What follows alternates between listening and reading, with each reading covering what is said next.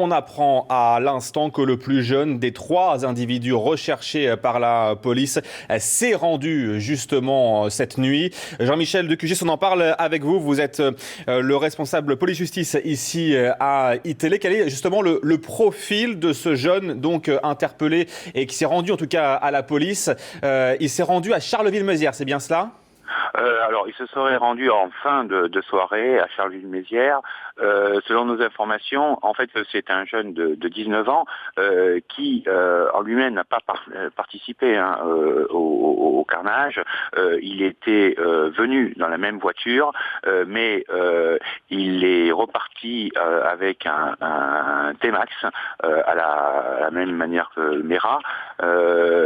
C'est quelqu'un qui était dans un proche des deux frères qui sont aussi deux suspects et qui eux par contre sont connus des services de police puisque l'un d'entre eux a été condamné en 2008 à 3 ans de prison pour avoir participé à être impliqué dans une filière irakienne. Il avait été interpellé à l'époque juste avant de décoller pour Damas.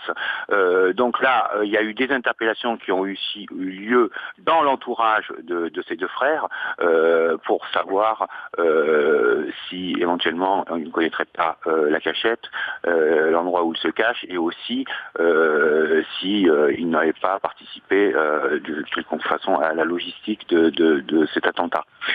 Pour revenir au plus jeune, celui qui s'est rendu, c'est quelqu'un qui semblait moins impliqué dans cet attentat et qui visiblement a choisi de se rendre aux forces de l'ordre, qui est interrogé depuis la fin de la soirée et qui doit sans doute donner des éléments importants aux enquêteurs.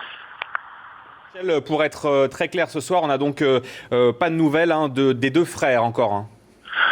Selon nos informations, pour l'instant, il n'y a pas eu leur interpellation n'a pas eu lieu. Il y a eu plusieurs interpellations, à la fois dans l'entourage des deux frères, aussi dans l'entourage du plus jeune des suspects, et le plus jeune des suspects qui s'est rendu en fin de soirée, selon nos informations, à Charleville-Mézières.